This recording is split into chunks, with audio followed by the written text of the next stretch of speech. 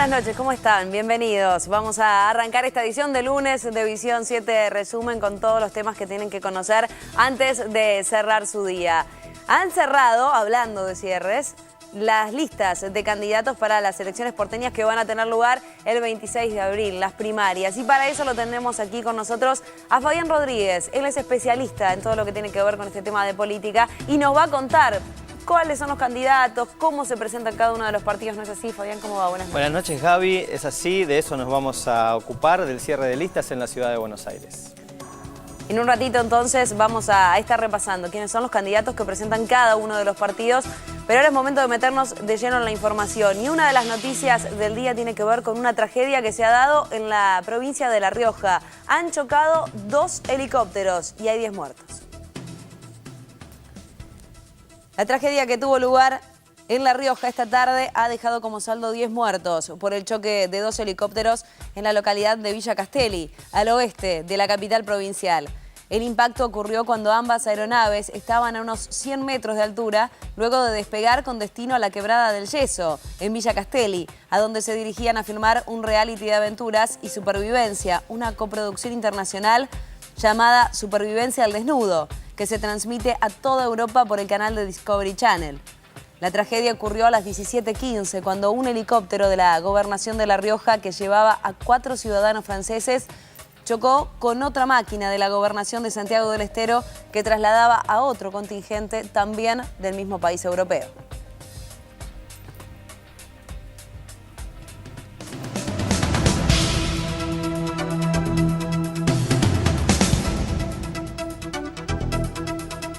Los habitantes de Graneros y La Madrid, 2 de las localidades del sur tucumano, serán evacuadas por la amenaza del agua. Las últimas tormentas dejaron en estado crítico a varias rutas y otras están cortadas por el desborde de ríos y caída de puentes, lo que dejó a varias poblaciones aisladas. El dique Escava, ubicado en el sur de la provincia, está llegando a su cota máxima a punto de llenarse y por eso fue necesario abrir las compuertas, lo que complica aún más el panorama de los habitantes de las localidades afectadas por las inundaciones.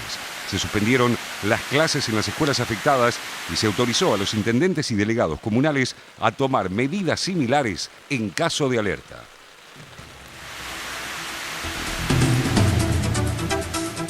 El titular de la UIF, José Sbatella, se refirió a la investigación que está realizando este organismo contra un presunto lavado de dinero y fuga de capitales de empresas transnacionales que tenían la mayoría de sus papeles guardados en el galpón de Iron Mountain, el galpón que justamente se incendió el año pasado.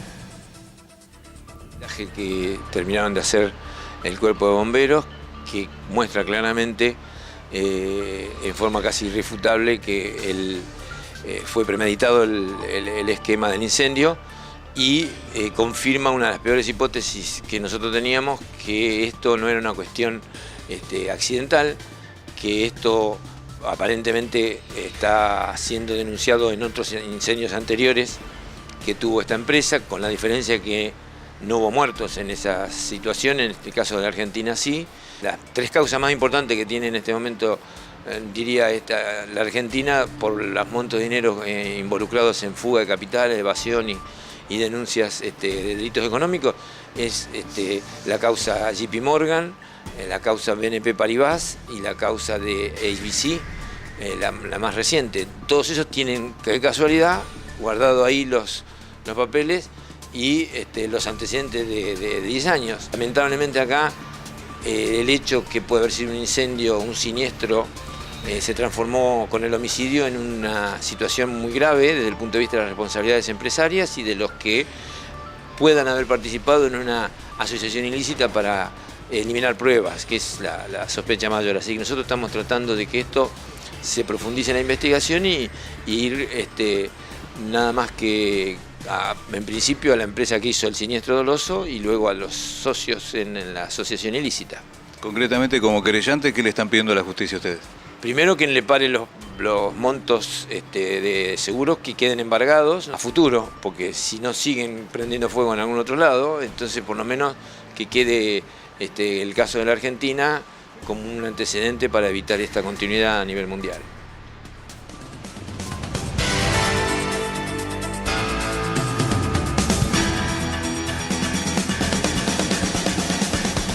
la jueza Fabiana Palmaghini, a cargo de la instrucción en la causa en la que se investiga la muerte del fiscal Alberto Nisman, ordenó un allanamiento en la vivienda de Diego Lagomarsino, el licenciado en informática y propietario del arma que causó la muerte del funcionario judicial que estaba a cargo de investigar el atentado a la AMIA. Palmaghini ordenó que se secuestren computadoras, pendrives, discos extraíbles y otros dispositivos electrónicos, en lo que implica una de las primeras medidas en torno a Lagomarsino, único imputado hasta ahora por la muerte de Nisman. Hay más información aquí en Visión 7 Resumen con nuestro picado de noticias.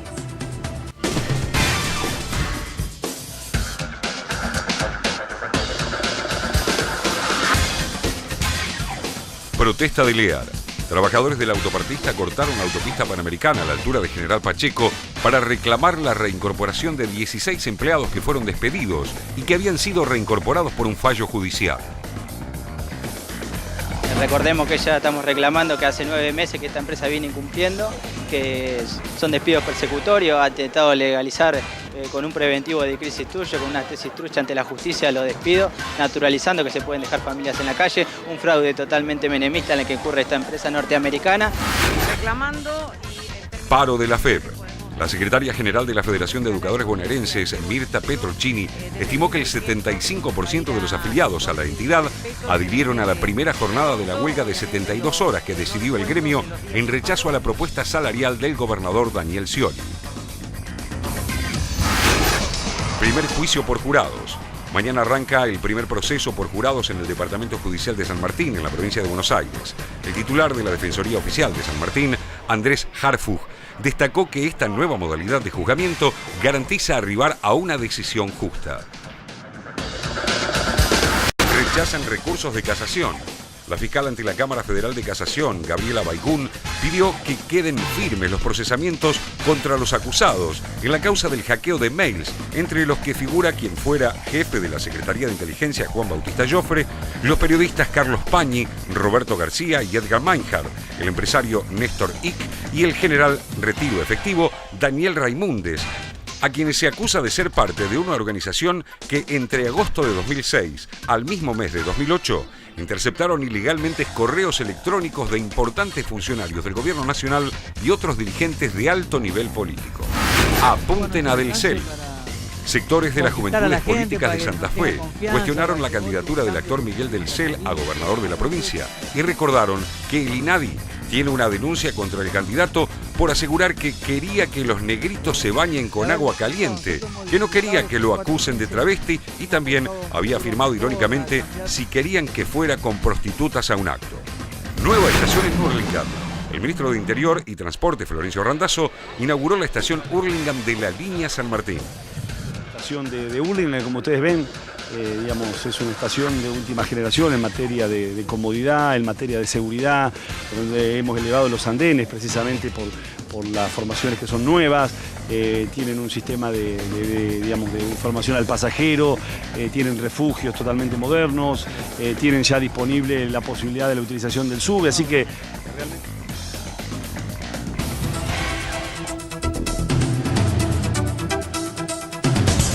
El diputado radical Ricardo Alfonsín acusó a Ernesto Sanz, titular de su partido, de querer debilitar a la UCR. Alfonsín aclaró que acatará lo que decida su partido, pero advirtió que nadie conseguirá convencerlo de que se llegó a esta situación de casualidad o que es mejor ganar con el PRO que con el Frente Amplio.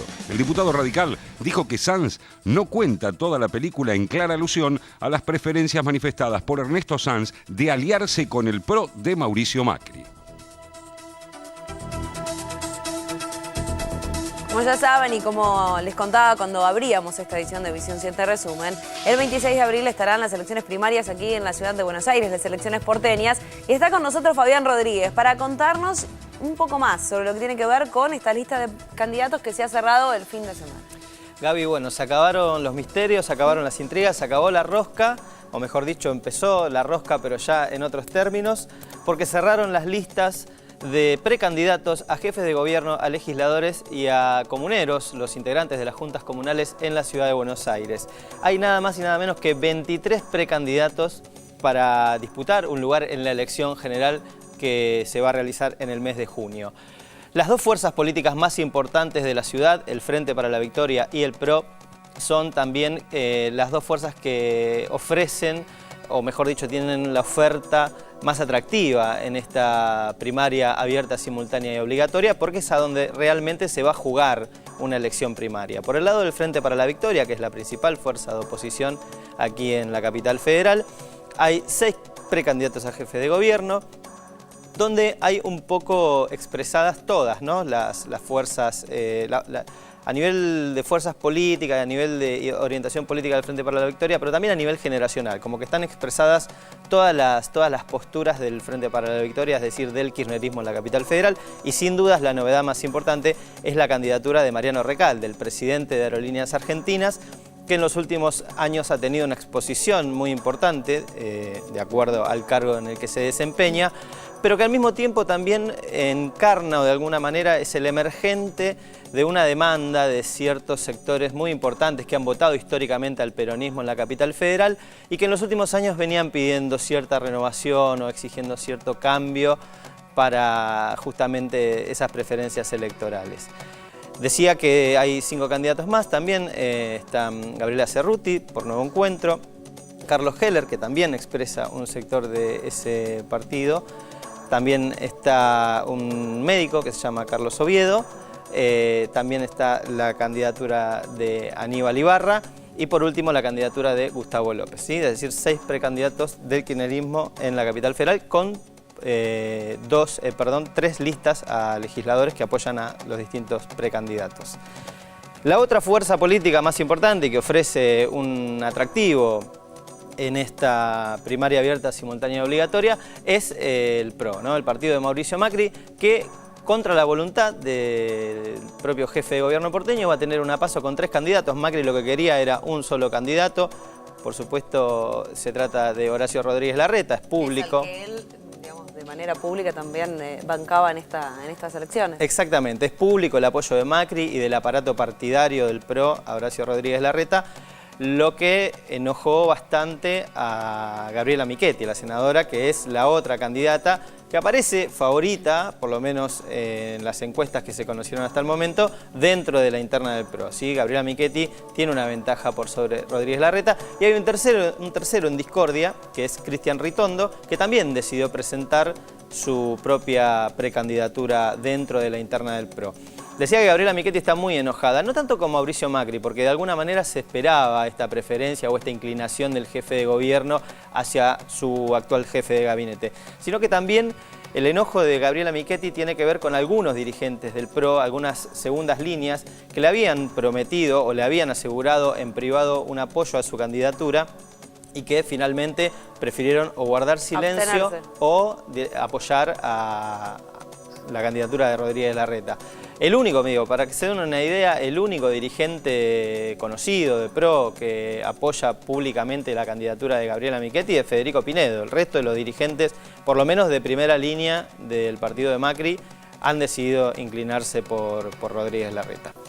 ¿Y qué pasa con el resto de los que aparecen en esa lista, el resto de los partidos? Como por ejemplo el Frente Renovador, que se espera que sí tenga una postura más fuerte, por lo menos en lo que tiene que ver con las presidenciales, pero en este caso puntual es muy particular lo que pasó con el partido de Sergio Massa, es decir, con el Frente Renovador, porque después de probar o ensayar con algunos candidatos que no terminaron cuajando, no terminaron midiendo, como se suele decir, optó por la candidatura de Guillermo Nielsen, quien fuera secretario de Finanzas de Roberto Labaña en el gobierno, en la presidencia de Néstor Kirchner, que realmente no es una persona conocida, no es un hombre conocido en términos de opinión pública, no es una persona que esté instalada. La candidatura de Nielsen más bien suena a un intento por evitar el papelón de no poder presentar ningún candidato en la ciudad de Buenos Aires. Massa es uno de los candidatos presidenciales que se supone mejor posicionados a nivel nacional, lo cual hubiese sido, digamos, un paso en falso muy importante, no haber podido presentar ningún candidato, por eso la candidatura de Guillermo Nielsen.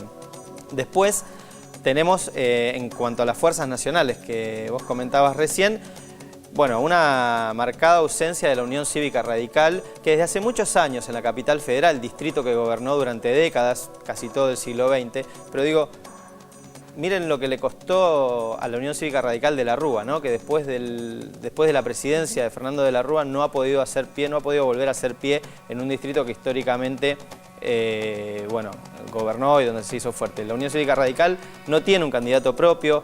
Hay un sector muy importante que está detrás de la candidatura de Martín Lustó, que juega una interna contra Graciela Ocaña en uno de los frentes electorales que expresa lo que quedó de UNEN. El otro frente electoral que se desmembró de UNEN es el que se denomina Surgen, donde se van a enfrentar dos candidatos, Humberto Tumini y Abrevaya, ¿no? El ex legislador Abrevaya. Pero decía, el radicalismo tampoco ha podido encontrar una expresión propia en la ciudad de Buenos Aires. Bueno, este es el panorama de lo que tiene que ver con las listas que han cerrado el pasado día sábado. Fabián, muchas gracias. No, por favor, gracias a vos, nos volvemos a ver. Así es. Bueno, ahora nosotros vamos a seguir repasando información y en este caso lo que tiene que ver con el tuit del día, lo que nosotros seleccionamos como uno de los tuits más importantes de la jornada.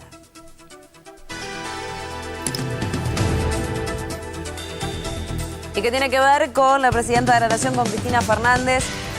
El tuit se refiere a las afirmaciones de Pedro Peretti, exdirector de la Federación Agraria, durante el conflicto con las entidades agrarias, quien aseguró que la sociedad rural los usó para intentar voltear al gobierno y que el entonces titular de la Federación Agraria, Eduardo Bussi, era consciente de eso. Por eso, Cristina Fernández, a través de su Twitter, ha hecho referencia a esto. Uno de los tuits dice, es una voz que no es oficialista, al contrario, justifica la participación de la Federación Agraria contra la resolución 125. En @CFK Argentina, Cristina Fernández ha hecho referencia a esto. Pueden seguirlo a través de Twitter porque fueron varios tweets donde refleja justamente lo que decía Peretti. Continuamos hablando, en este caso, del ministro de Agricultura, Carlos Casamiquela, que hizo referencia al lockout que tienen las entidades agrarias, diciendo o tildándolo de político y también haciendo referencia al cese de exportación de granos. Yo personalmente creo que es un paro estrictamente político, en una lectura hacia el gobierno. Es el primer paro que hace la mesa de enlace, con una parte importante que ya no está integrándose, que es la Federación Agraria de Argentina, que no adhiere al paro.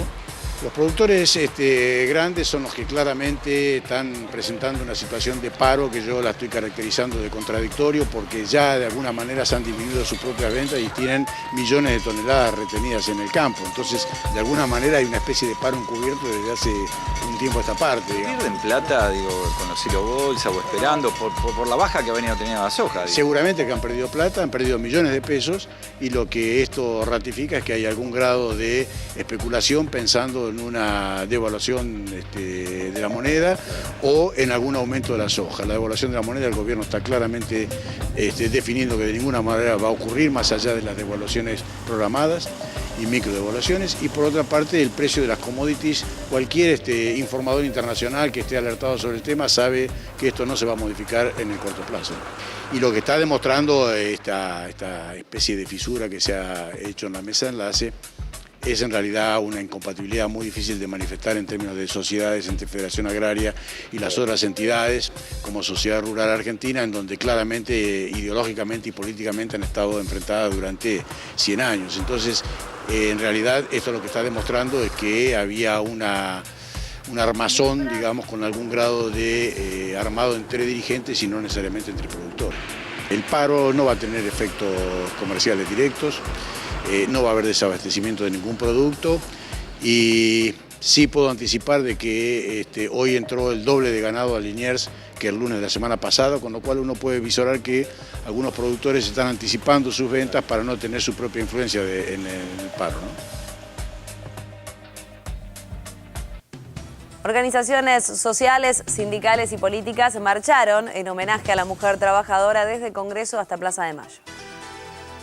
De verdad creemos que tienen mayorías en el Congreso con los cuales podrían haber avanzado en el tratamiento de la ley de aborto que presentó la campaña o en una ley de emergencia de violencia de género para que haya presupuesto para refugios, para atención psicológica y legal gratuita, o avanzar ahora se avanzó en la reglamentación de la ley de trata, pero hay que parar ese flagelo porque crece exponencialmente.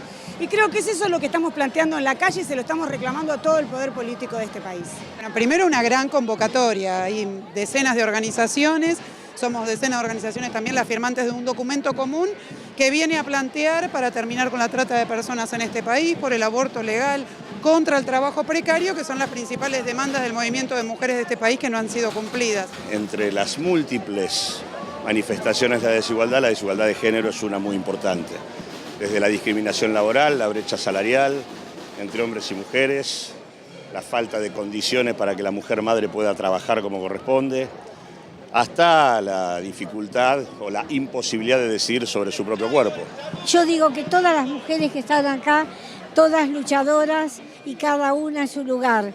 El Día de la Mujer son todos los días, para poner el cuerpo, para poner su vida, para cambiar el mundo.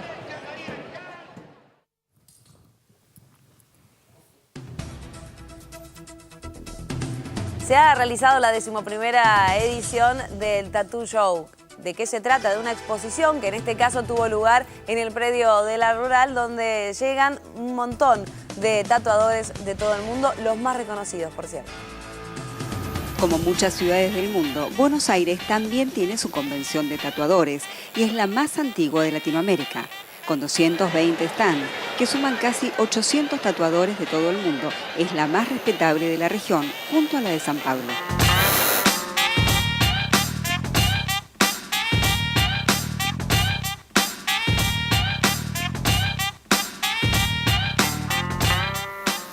El tatuaje hace 10 años, 11 años atrás, cuando empezamos, hubiese sido improbable pensar de que podía llegar a venir tanta gente a una convención. Hoy, por suerte, la mentalidad ha ido cambiando, los prejuicios fueron mermando y bueno, el tatuaje ya es parte de nuestra cultura y estamos disfrutando de esta fiesta. ¿Tiene atracciones esta convención de tatuajes? Tiene muchas. Una de las más importantes es que viene a la Argentina por primera vez la gente de Ink Master y Tattoo Neymar, que es un reality show de Estados Unidos que es un éxito en este momento. Es la primera vez que salen del país ellos. Están tocando bandas, tenemos shows en vivo, hay desfiles, elige la reina de los tatuadores. Y lo que más se viene a tatuar son frases, nombres. Mucho viene buscando decorarse el cuerpo con piezas grandes también y bueno, el estilo es el maorí, el estilo oriental, los tribales. Algo escuchamos que habías tatuado a Messi también. Es verdad, hace 20 días fui a tatuarlo, que hasta ahora no se puede ni comentar ni mostrar imágenes de eso. En unos días tengo que volver para continuar esto. Y estando allá también se acopló a esto Neymar. También tuve la posibilidad de tatuarlo. ¿Y a Neymar qué le tatuaste? Un ambigrama con la palabra familia, que si lo invertís dice forever. Vos te pones a caminar y es muy familiar, acá hay mucha familia. Eso es lo lindo de esta historia, que el estar tatuado no implica de que seamos gente peligrosa. Lo bueno de esto es que la gente puede venir y se va a ir caminando como entró y más contenta que antes porque va a conocer un mundo que quizás no conocía.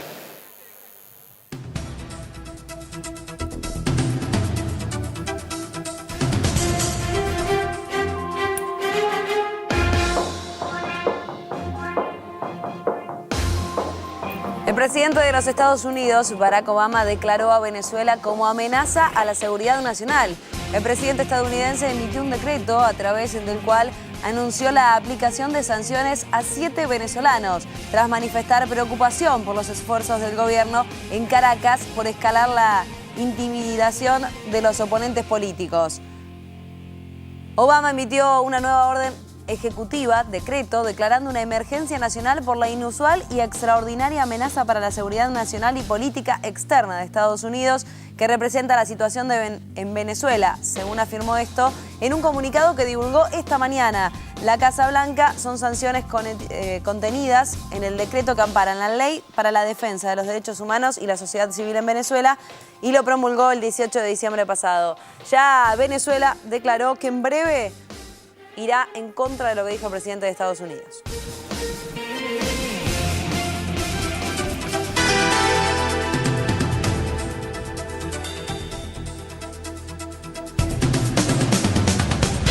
En Estados Unidos nos vamos a Brasil. Allí el discurso pronunciado por la presidenta brasileña Dilma Rousseff por cadena nacional provocó cacerolazos y otras manifestaciones de protesta en varias regiones de ese país, actividades que el oficialista Partido de los Trabajadores adjudicó a un plan orquestado por la oposición. En su mensaje por el Día Internacional de la Mujer, la mandataria defendió el ajuste fiscal que está implementando su gobierno para recomponer el deterioro económico y que consiste, entre otras iniciativas, en el aumento de impuestos y la reducción de algunos beneficios fiscales y laborales. Según la prensa local, los cacerolazos y los abucheos se produjeron en barrios de clase media y alta de al menos 12 capitales regionales.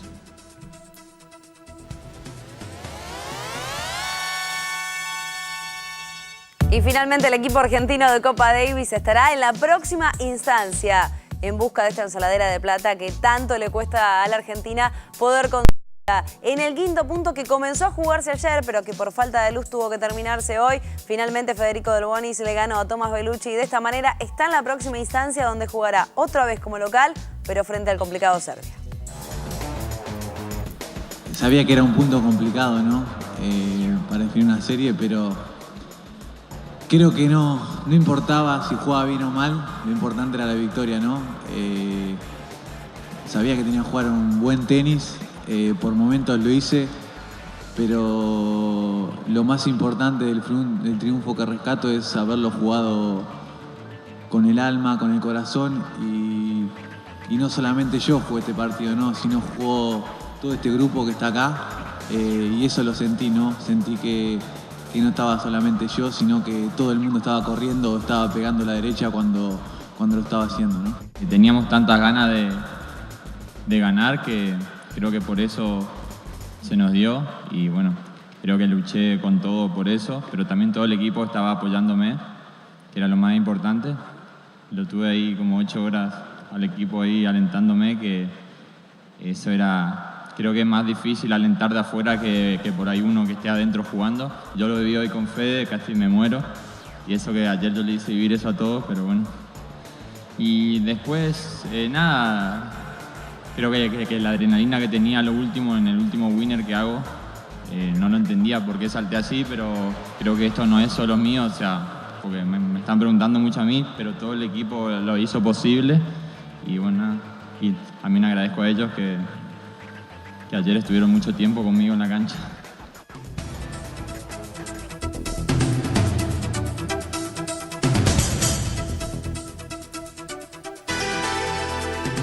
Se cerró la cuarta fecha del torneo de Primera División, el de 30 equipos aquí en la República Argentina. Temperley y Tigre terminaron empatando 1-1 en uno de los 2 encuentros que ha cerrado esta nueva jornada. Abría la cuenta Temperley a los 48 minutos por medio de Brandán y de esta manera ponía el 1-0. Nada que hacer para Javi García, volaba para la foto casi porque no llegaba ni siquiera a tocarla a esa pelota. El que sí llegaba, pero la igualdad era Tigre. Minuto 31, casi medio. Por medio de la Rondo ponía el 1-1, resultado que después iba a ser el definitivo para este encuentro y para que los dos repartan puntos.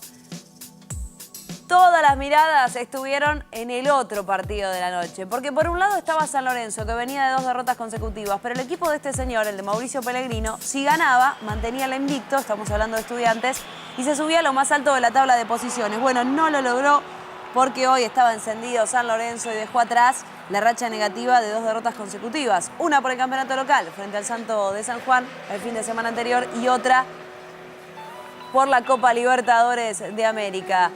Inconvenientes en este caso con las luces, después se reanudó el partido y a partir de allí iban a llegar los goles. Presten atención a lo que fue este golazo del Pitu Barrientos. Él mismo declaró después del partido que fue el más lindo que realizó en su vida. Bueno, sin lugar a dudas es el gol más lindo que tiene esta fecha. Golazo para poner el primer tanto. El segundo, perdón, de San Lorenzo, el primero había sido de Sebastián Blanco, el segundo de Barrientos. De esta manera, entonces, ha ganado San Lorenzo y lo privó a Estudiantes de llegar a lo más alto de la tabla de posiciones. Cambiamos de tema ahora. El 12 de marzo se van a presentar en ND Ateneo Telma y Nancy. ¿Se acuerdan de esos 2 humoristas cordobeses que el año pasado estuvieron en varias ediciones aquí de Visión 7 Resumen? Bueno, se presentan en el teatro y Visión 7 habló con ellos. Cuando lo vea a Barone, por favor, atendiendo una cochera y todo eso, ya vamos a volver a los 90, mi amor, ya vamos. ¿Qué querés, mi amor, de nosotras? Llegamos a tener nuestro programa en Nacional un poco, ahí ya se masificó en todo el país y fue más fácil explicarlo. El humor político es una disciplina que tiene larga data en la Argentina, lo hizo Tato, lo hicieron muchísimos. No somos los inventores de nada. Aviones, mi amor, pasan aviones de la Cámpora, van y vienen, lo maneja la Cámpora, ¿sabías? Sí.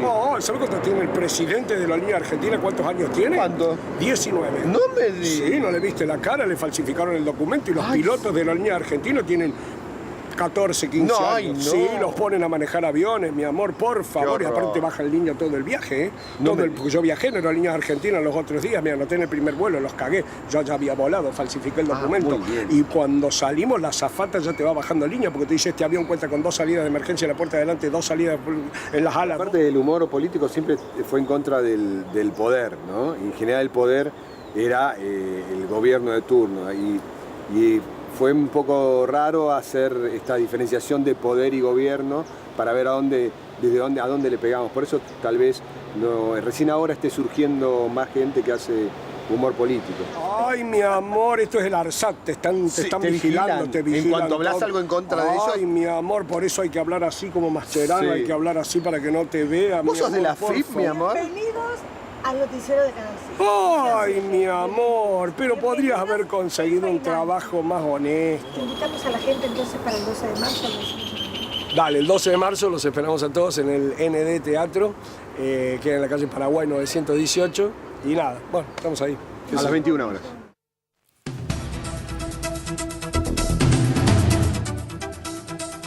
Max de Lupi, Beto Bernués son ellos. Telma y Nancy, 12 de marzo, ya lo contaban. Momento de hacer una pequeña pausa, ya venimos con mucho más Visión 7 Resumen.